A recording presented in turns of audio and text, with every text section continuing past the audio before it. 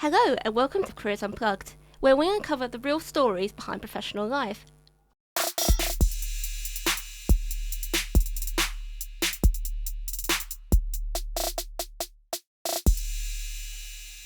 I'm joined by Jona and Becky here to discuss careers in international diplomacy and how students can build the right background in order to break into this field. Welcome to the podcast. So my first question to you would be, how did you first become interested in international diplomacy? I came from a very politically motivated family, which gave a lot of influence. There's a lot of political background in my family, sort of like MPs and lots of like involved councillors, so politics was quite a forefront of my family. Mm-hmm. And I think I just listened a lot, got into the news quite early, became quite aware of like conflicts and wars and everything that was going on at the time. So yeah, I think it's probably my family that had a lot of influence there. So would you kind of say your future is almost influenced by the way you grow up and your family background? I think it definitely does have an influence. I think sort of the jobs maybe your parents have, that you hear of a lot of parents who are doctors influencing their children to be doctors. Yeah. So and it kind of bases a lot of discussions and your interests as you grow up. That's quite interesting. What about you, Jonah? Similar. I got really into politics really early on. My carers, of course, really ingratiated in local politics especially, and I was sort of pushed into it because of the issues of the care system, which then got me into talking about politics, arguing that with my carer, who I disagree with on so much stuff, but we're not going to... It's healthy, conflict. Yeah, arguing is healthy. I feel like you kind of have to get used to that if you want a career in politics, though. You have to have real 100%. thick skin. Oh, definitely. Yeah, you have to be respectful at the best of times, where you do not agree whatsoever. But Sometimes I watch Prime Minister's questions, and the amount of stuff that's playground. thrown out at them, it's wow. Yeah. How do you sleep at night? It's crazy. I know, but it's also sometimes like watching a primary school playground. Yeah. Yeah. And that's on a good day. Yeah, it's a good Wednesday. Yeah. I mean, one thing I love about politics is when you watch it on the news, it's almost for them, no 2 days are the same. Mm-hmm. Yeah. No day is boring. Oh, yeah. A week in politics is a lifetime or something I don't remember what that quote is, but it's pretty accurate. Just look at yesterday with the local election results. Mm. Yeah, it's like a whole affair over several days as well, and then obviously it will have influence for the next 5 years. So. Yeah.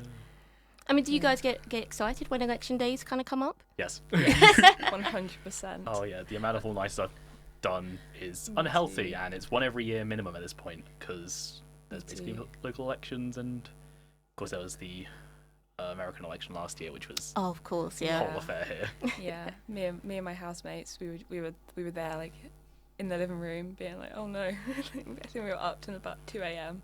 just watching everything unfold. Oh yeah, no, I ended up pulling an all-nighter. My housemate decided to join alongside with me. They are not into politics, so I was staring at the screen, looking at the results as they came in, quietly sobbing, whilst my housemate is just sleeping on my bed whilst I'm just staring. And I had to wake them up with the news that, oh yeah, Trump won and it wasn't even close. It was so... did not start our day off well. No, it was a horrendous watch. Yeah. Sort of like the local election results, but we're gonna...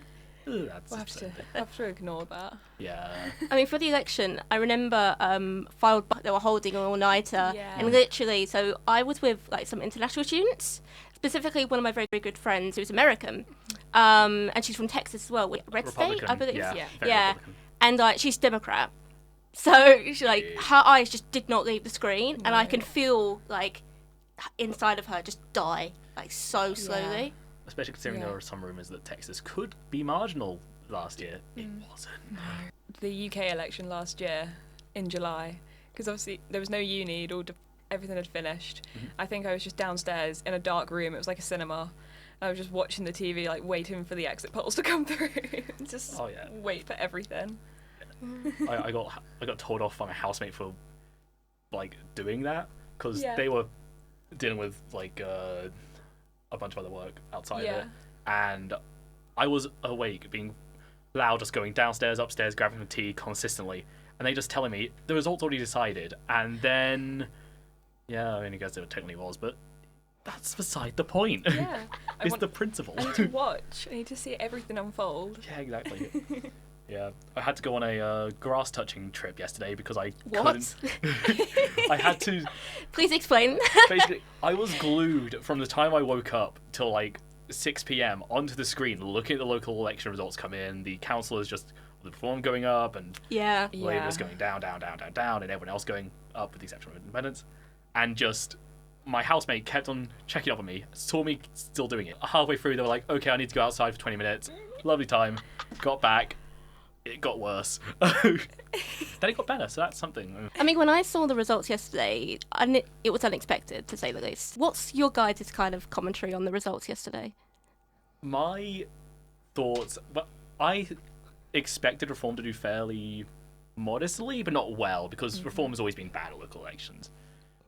The fact they did so well, though, was offset, to me at least, by the fact that most of those changes were from former Tory strongholds. So it's more like Conservatives are radicalising and switching over to Reform because they don't trust the Tories, rather than there are fewer left of centre aligned people in the country, which I think sort of reassures it, especially considering that these councils were very right-wing to begin with, and it's both radicalisation of the right and the left as well, because we saw the Greens and Lib Dems do well, although to be fair, Lib Dems is more just where Labour should be, but that's my commentary on that. No, I agree. I think as well, a lot of voters feel very alienated and not represented by like the traditional main two parties, so are either moving quite far left wing or quite far right wing. I think, like you said, a lot of it was sort of ex-Tory strongholds, which is very interesting to see, but also very worrying territory to enter, I think. Oh, definitely. Yeah, I mean, Reform won Lancashire, didn't they? Yeah, they won it, and I briefly thought it ended up being a coalition, but no, it was just Reform got Lancashire. Yeah, I was hoping for a coalition as well. Just watching it not happen was terrifying. The same with like where I live at home, it's like it was Labour, and now it has and like the county. So my county is Cambridgeshire, and Now it's Lib Dem. Yeah, it's Lib Dem now, and but the mayor is now Conservative. So just watching everything change, and then Lincolnshire, which isn't far from me, becoming Reform. It's like encroaching. It's getting a bit too close. I mean, especially there's like a saving grace in the sense of the fact that a lot of county council elections were cancelled. Back in Norfolk, where I'm from, only one by-election was happening because a Tory flipped to Reform because the Tories in Norfolk voted in favour of a Romani travellers site, which is so textbook that it feels like a parody. But of course, a lot of other places were like that as well. So the shift to Reform is sort of like abated a little bit, although those places are probably definitely going Reform. Yeah. What's interesting is I actually come from Essex. And, Sorry for your loss. Sorry. What did you say? Sorry for your loss. Oh, thank you. Yeah. Yeah, and like honestly, like so I live not near Nigel Farage, but I know of his constituency. Yeah, like I would actually love to have a one-to-one conversation with him. I think there's a lot of political leaders and MPs that I would like to talk to, but I don't know how well it would go. Because you got to think there's a person behind that politician, isn't there? You know, like there's a human side, even though they might hide it really well. Like I understand, like politics is very passionate. You know, like when I talk politically, like I can really get in some like hard-hitting subjects. Yeah. Which is why, like, I feel like a lot of people are distancing themselves from politics because, like, they just don't want to get involved. Like it's almost too intense. You know. I mean, and one subset of that is uni politics, which the uni politics scene is just, in the politest way possible, it's a cesspool. Yeah. I do not like when actual politics in Lancaster, for example. Really nice, really pleasant. You meet people, like they go. There's a lot of agreement, there's a lot of passion, but it's conciliatory. You go to uni politics, where, frankly, people who want to be Churchill reside, and you get really aggressive conversations with people who recognise that this is targeted towards the Tories more than any of the others. Okay. Where, because, for example, there's no Reform Society at this uni, so a lot of the... Well, in the summer there's going to be a Reform Society, I've heard. Yeah, because the Tories nearly split during their AGM meeting, which was fun to hear about secondhand. But because, of course, there's that level of annoyance because Reform isn't in Lancaster, Greens are now, and Labour, there's no Tory constituency in Lancaster Uni. I have to approach it very mindfully and very calmly. It doesn't always work. Yeah. It does not always work. I think it's quite easy to kind of escalate yourself and get in a very aggressive match with somebody or a group of people. There's like, especially if there's so many different views. I think when you're like arguing politically, like sometimes it could be so easy to let your emotions take over logic and reason. Yeah. Yeah, so back to talking about careers. Yeah. Tangent. Yeah. So apart from being a politician or an MP, like what actual specific career paths can people consider? So I've heard of a lot of people who have gone into law. It's sort of like another route where you can have sort of political influence. Sort of a lot of people go into human rights, and obviously current Prime Minister Keir Starmer was a human rights lawyer as previous job. So yeah, quite a few people go into law, but then there's also you can go into the civil service, or you can work for like organisations, international organisations. There are quite a lot of options outside of just being with like in the walls of the Commons, where you can have a fair amount of influence. There's also think tanks, there's lobbying, or even working with like local councils, and yeah, things like that. There is quite a lot of options, I think. Yeah. And even outside of the UK, of course, you can work within the UN. There's a lot of volunteer organisations there. An extension of working with councils is a lot of councils work with NGOs internationally as well, which is a very niche way that you can get in, and there's a lot of collaboration with those. And for example, social services, which is really useful for a lot of options for careers. And can I ask, do you have to have like a specific degree background in order to work at, say, like the UN or think tanks or, even social services? Not necessarily. I mean, I know, for example, that I can apply through my county council to work in the diplomatic services despite not having, for example, an IR degree, and I supported as a care leaver in doing that.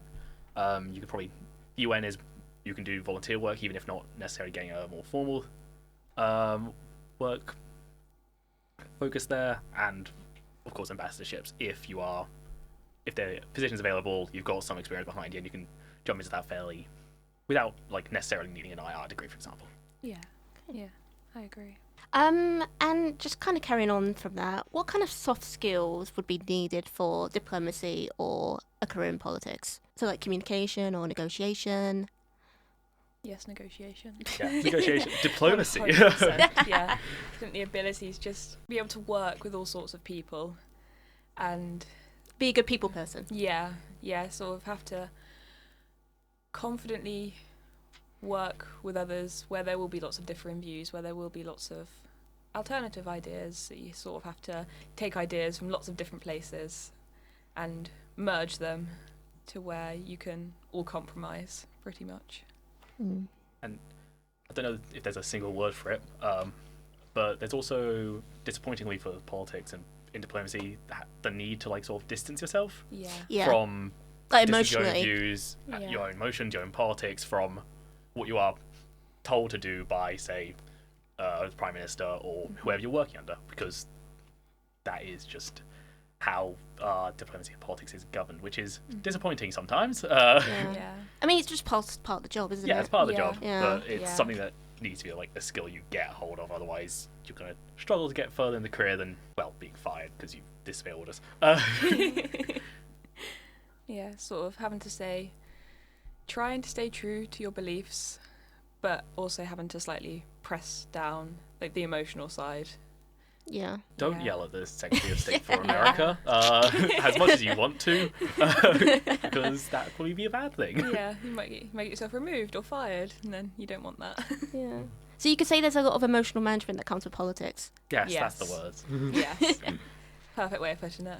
It can be very difficult to kind of be like, okay, I need to calm down. Yeah. You know. Yeah. But I guess also that comes with just like learning to be more professional on the job. Yeah. So this is quite an interesting one. So I've heard, like, when it comes to international diplomacy specifically, there may be some language learning skills associated with. So do you think kind of learning or being bilingual or even multilingual will help? Yeah, definitely. I mean, if you were focusing in, say, America, it's less useful because English is their language and our language, but say even just operating in, even just like, you know, going to the EU proper, having knowledge of French, German, whatever is very useful. I personally am not fluent, but have a basic understanding of French, for example, which means I've opened up a lot of where I can end up being employed by diplomatic services or other like NGOs, for example. I can operate in, probably not fully operate because of the specific form of French they'd have there, but for example, I could probably end up going over to Syria, which has a high French speaker population, and a whole bunch of other places, and that's a lot of and that's a big benefit of being able to speak different languages rather than just English, because whilst English is the diplomatic language of the world at the moment, de facto, having more is always useful, and being able to talk on the ground to people who maybe don't speak English and not needing a translator will be really attractive for those who are hiring and for those who you're talking to as well. You could have like a linguistic background, you know, and still have equal chances at success. Absolutely. 100%. Okay, so going more into like the application process, so how can students best stand out in a competitive field like diplomacy? I think those are I think desirable skills and experience are wanted, sort of maybe over the content of your degree, because obviously the background knowledge is extremely helpful, but I think experience and like desirable qualities may be favoured. So can I ask, like, what kind of work experience do you think would best set students up to work in this particular sector? And does it have to be related?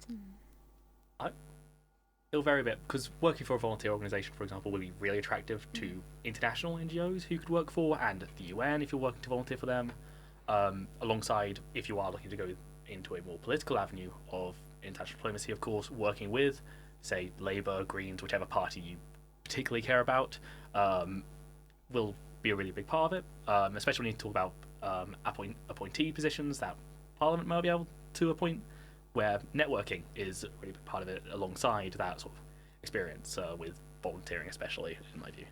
Would you say that you have to start off early in order to gain work experience? Or can you, like, start at any time?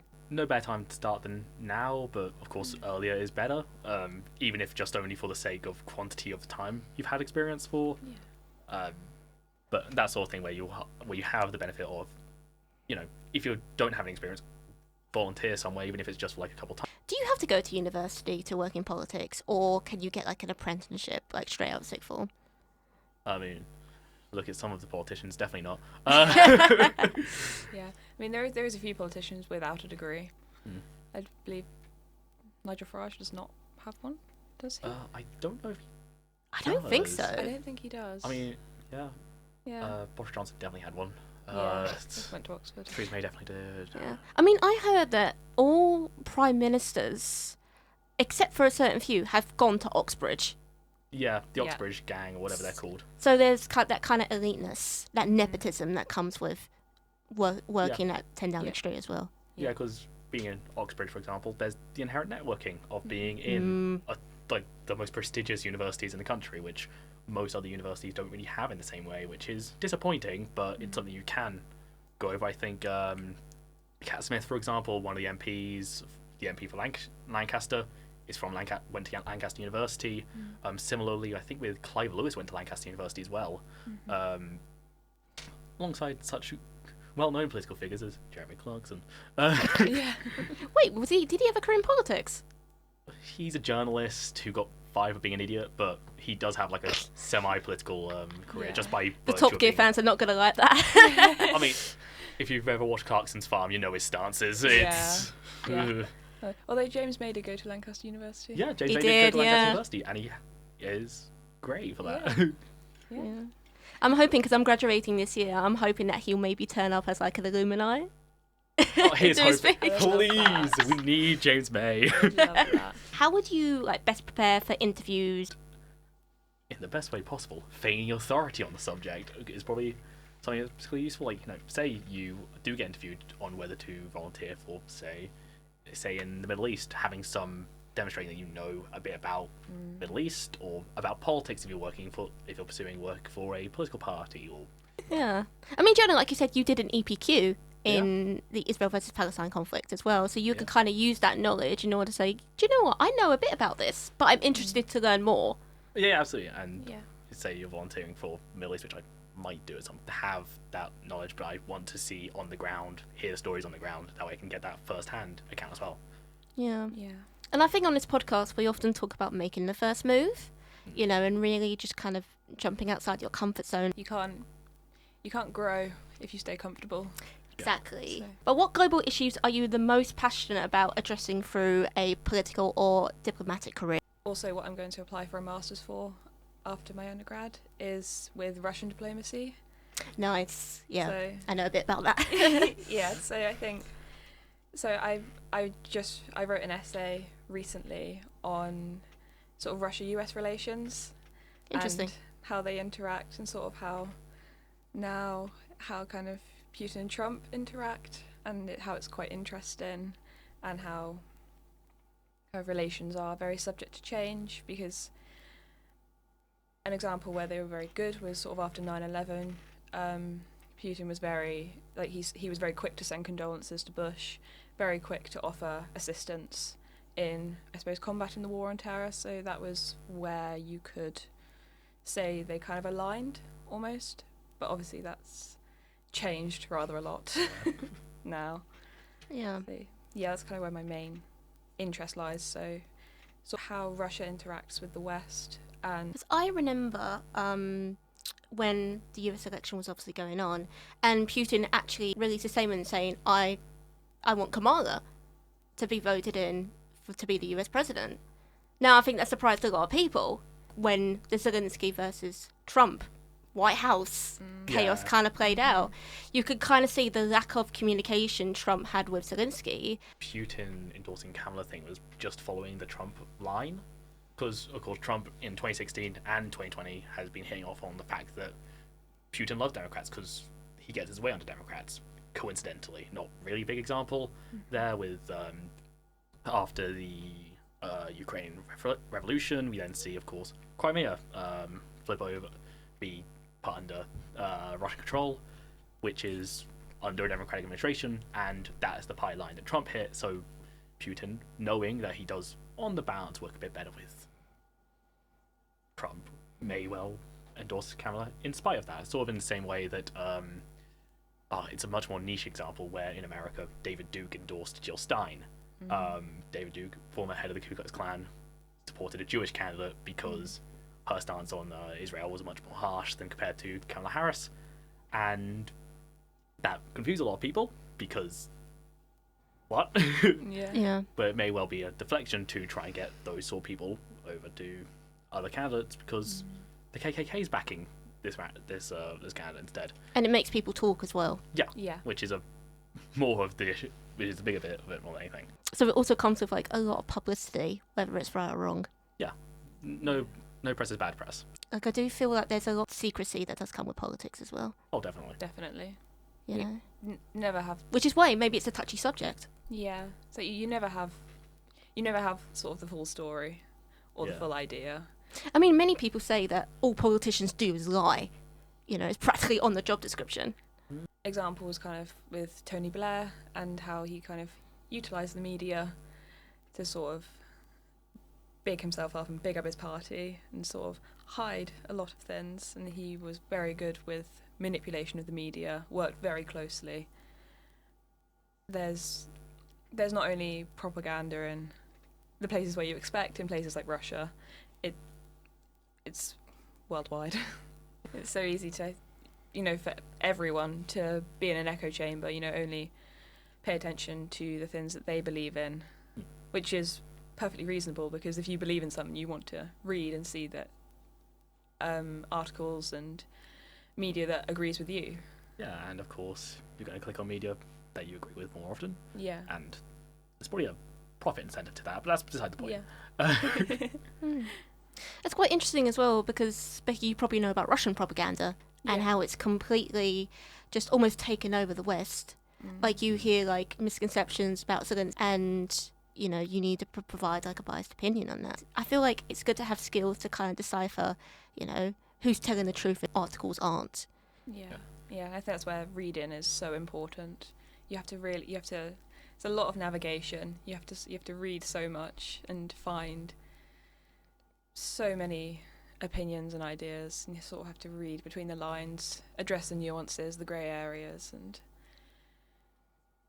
just go through so many articles to root out anything resembling truth. Yeah. And be selective in the sources that you find to try and help with that, because shockingly enough, reading an article "The sky is red" is probably not useful when trying to decipher the colour of the sky.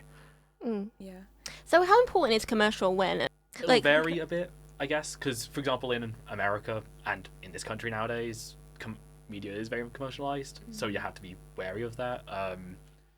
For example, I think during the protest after... Actually, no, a really good example is the Supreme Court case that was passed down on whether trans women are legally women, and there's a lot of misconceptions raised by that, not only by those who were supportive of the decision, but also those who were perhaps critical of the decision, or pretended to be critical of the decision at some point. Obviously, headlines are built to be attractive, to encourage a click, to encourage a strong opinion, you know, and so many people will see a headline on the front of a newspaper or on social media, or just coming through as notifications on the news. You'll see a headline, people may not necessarily read it, and then maybe not be ready to read more about it, just develop a very quick opinion. Yeah. Because I know a lot of people get their news from TikTok. Other social media platforms are available. Sorry. Yeah. And so I just genuinely feel like it's important to kind of, okay, you may look at a post, but, like, where did the person get their sources? They're just going to see the first thing they see and go, that's probably about right. And if, you know, life's busy, so that... they're going to take it at face value. Yeah, and that's, you know, because they trust these people, these social media accounts that they're following, for example, to pick through the chaff, get the wheat out of it, which can be useful, but if they can be trusted, but with commercialization of media especially, and social media, definitely, we end up seeing this trust broken away, but people not able, I should rephrase that, to put in the effort to identify what the problem is, especially when we talk about like how a lot of our uni sources are behind a paywall. The New York Times, for example, really great archive source, used it a lot, expensive as anything, and people shouldn't be expected to pay for that because it is such a core thing to read. Yeah, and I think as well, you know, with social media, you now have a lot of political leaders and MPs who do use social media. They have their own accounts, and it's like it's like the Labour Party, the Conservative Party, Reform, Nigel Farage. They all have TikTok accounts, and they all like post. Sort of like they'll try and like keep up with trends. Yeah. To bash other parties, you know, obviously to entice you to win voters, and yeah, I think it's quite interesting to see. Future voters, I'd wager, like, because it's disappointing, but it's a long-term investment, I guess. Because I mean, that was ages ago now. Oh, what was it? Not Momentum, the Conservative thing, where they paid a bunch of money to Cambridge Analytica to try and get ideas of what ads work well on social media. Yeah. That has sort of like disappeared from headlines, but didn't get anything against it done, and we see something similar de facto, even if not properly, with stuff like Russian bots are still an issue, despite not being as prevalent, but still being an issue. And just broader misinformation as a whole, brought on by this whole thing that targets younger people who won't be able to, you know, be selective with their sources and will trust it at face value. I think that's it as well, because obviously people under 18 can't vote. Again, we'll use social media to share their views, to you know, target their followers, and then spread information that might not be true, might not be trusted, or on the other side may be true and trusted, but a lot of people won't believe it, and it is very confusing to try and think like who the parties are targeting, through social media. And then, of course, a lot of the younger people, because they don't have that, they aren't enfranchised, they don't have that, but that definitive voice will end up making up for it because they're unemployed, just posting consistently on their phone, especially with how much less there is to do nowadays. For example, Lancaster's less of a good example of this, but in Durham, where I'm from, in Norfolk, way less to do nowadays than there used to be. The high street's completely collapsed because of unrelated economic factors that's worsening that, because these kids will now no longer have that outlet. They're less enfranchised, they are not doing as much, so they'll take to social media and sort of be armchair politicians, and they're not going to be selective with their sources and going to share whatever stuff they think of off the top of their head, which sometimes is genuinely pertinent views, is based on actual fact. But more times than not, it ain't. I don't know, do you believe sometimes being silent is better than actually speaking your opinion? No. No. As much as I'm saying that a lot of 13-year-olds will go up online and spout stuff that is wrong, it is better to state that opinion on social media, for example, because if you can't trust yourself, what's the point, right? It's about being authentic, you know? Yeah, authentic. Even if it is something that is wrong, you at least demonstrate and declare clearly what this side thinks, or what this other side, whatever else thinks, and where these sources are coming from, and, like, cynically, where the problem lies, or optimistically, what people think. And that is something that is important, especially for people who are disenfranchised. As much as I will be the first to say 15-year-olds are not great politicians, their voice does matter. Their opinion shouldn't be left aside. Because I also know, like, by saying your opinion on social media, you are kind of exposing yourself to abuse as well, and death threats. Yeah, I mean, that's the benefit of anonymity on social media, especially contentious things like, for example, Israel-Palestine. That's a very contentious subject, and speaking about it, if you are not anonymous, can have potentially negative effects. It's better you say something than just be silent. And I think sometimes there's often this fear of not speaking out as well. Yeah, although, so, to be fair, I personally found that sort of stance is very much Twitter politics, is what I've called it, where it's not actual politics. It's just people pretending politics, which isn't great, and whilst it is technically a part of politics, but in a dubious way, it is something that sort of deters a lot of people and radicalizes a lot of people. For example, if you are told online, let's say you have I'm trying to think of a less controversial topic to talk about. Let's say you are pro-Trump, but only modestly, like you support his economic policy, for example. And you post that on Twitter. Because people don't actually realise you can support social policy, but not the economic policy. Yeah, or vice versa. You know? I mean, I'm personally... It's multifaceted. Yeah, I know, for example, a lot of people who support the Lib Dems are right-wing economically, but support them because their social policies and their international policies are more in line with them. It's a very complicated area. So, like, again, with kind of like the younger generation kind of getting their first start on social media and learning about politics through the internet, do you think that can maybe kind of almost like predict their future career in politics? Do you think you can build a career through your public opinions on social media? Yes. And I think there's a number of good examples of that. There's Novara Media, which I know about, which is a news site that's sort of like to the left, I'll acknowledge. Okay. And a lot of really talented people got their start on either like shouting to the void their opinions on certain issues. The woman a couple of years ago who went on TV, argued with Piers Morgan about protests against Trump arriving. She ended up responding something to the effect of, "I'm a communist, I don't like Obama, I don't like..." I saw that. Yes. Yes. Her. Yeah. She now works for Novara Media, and previously she was, I'm not going to say just some, but she was someone who previously didn't really have much of a career in politics, and that was, whilst partially, of course, done online by going on to news, was pretty much jumped off by going social media politics, which is a really big part of that, and you see that in a lot of other areas as well, but that's the one I'm most familiar with. Yeah.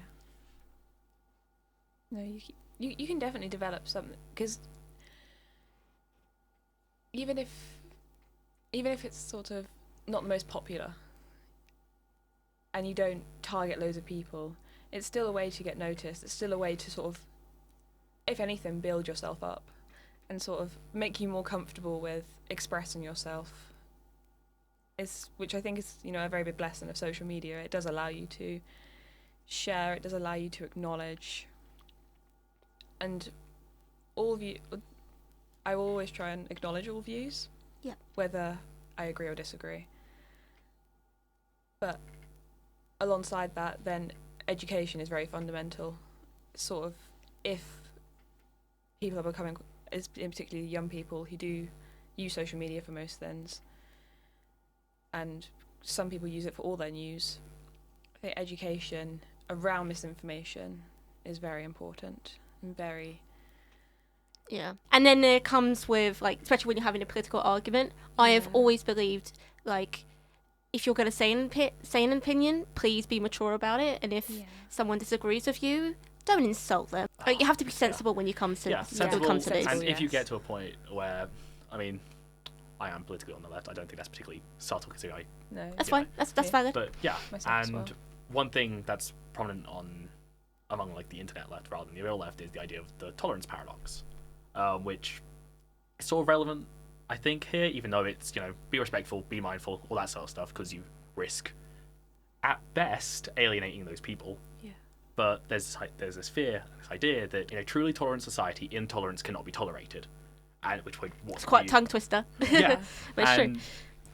So there's that level of, at what point does a person's politics become so contrary to the views of tolerance that it's worth criticising, worth being even if it is being a bit obnoxious about, for example. And that's a genuine question to have. It's one that is very difficult to work around, but it is one that is there, and is one we do sort of see, for example, we saw in America with the what's his name with the United Healthcare CEO shooting, where that question of did he go far enough to justify being viewed intolerantly. Yeah, so I just have one more question for you guys. What kind of impact do you hope to achieve through your work in politics or international diplomacy? I think the optimum would always be peace. Yeah, I was going to say, I feel naive saying make the world a better place, but genuinely, it's very easy to go into politics, get a little bit of a following and go, you know what, I'm going to be a grifter. Your priority should always be making the world a better place, doing right by people rather than just doing your own thing or pursuing your own goals, which hopefully your goals back up making the world a better place rather than another goal of, say, getting in a position of power. Always for the greater good. The greater good. Sorry.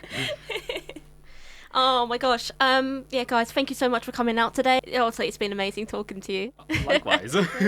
You as well. Thank you. Thank you very much. And to our viewers, please stay tuned for more episodes as we provide valuable insights into the amazing world of work to guide you through internships and graduate schemes. Hopefully see you next time. Goodbye.